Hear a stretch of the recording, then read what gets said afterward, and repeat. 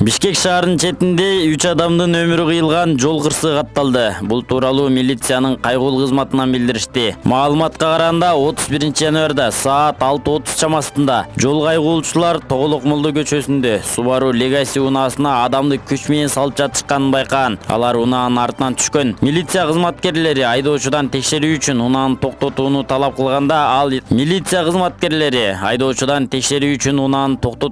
кылганда, ал баш ийген эмес. Айдоочу ылдамдыкты жогорулатып качып баштаган. Жол кайгылуучулар андан унааны токтотууну талап кылганына карабай, айдоочу качып кеткен. Унаа төмөнкү Аларча айылында жол кырсыкка кабылган. Катуу ылдамдыкта бара жаткан унаа даракты кулатып, андан кийин Тоголокмолдо Саадаев көчөлөрүнүн кесилишинде темир тосмон сүзгөн. Кайгылуу кызматы белгиленди. Кызматкерлер алгачкы жардам көрсөтүп, тез жардам кызматын чакырган. Subaru унаасында 5 адам бара жаткан. Алардын 3-өө окуя болгон жерден көз жумду.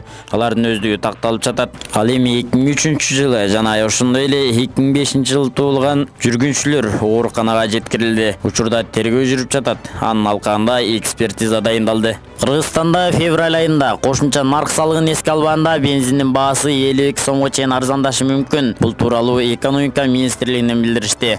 Маалыматка ылайык 31 январда экономика жана коммерция министрлигинин аянтында энергетика министрлигинин Кыргызстан нефтетрейдерлер ассоциациясынын катышуусунда республиканын мунай жана мунай продуктулар рыногундагы учурда акырдалды талкуулоо боюнча жыйын өттү. Жолугушуунун жүрүшүндө тараптар белгиленгендей бүгүнкү күндө республика мунайга жана мунай продуктуларына болгон ички керектүүнү өзүнүн өндүрүшүнүн эсебинен, ошондой эле Кыргызстандын өкмөтү менен Россиянын мунай жана мунай продуктуларын жеткирүү боюнча кызматташуу жөнүндө макулдашуунун алкагында Россиядан импорттоо эсебинен алымсыз негизде камсыздайт. Ошентип 2023 жылга ушул макулдашууга ылайык алымсыз жеткирүү боюнча төмөнкү индикативдик баланстар бекитилген. Дизель майы 485 000 тонна, авиакүйүүчү май 150 000, чийки мунай 50 000, битум мунай 60 000 тонна. Тараптар 2023 жылы Кыргызстандын аймагына мунай продуктуларын үзгүлтүксүз жеткирүү боюнча макулдашты. Ошону менен бирге 2023 жылдын 2-кварталынын жыйынтыгы боюнча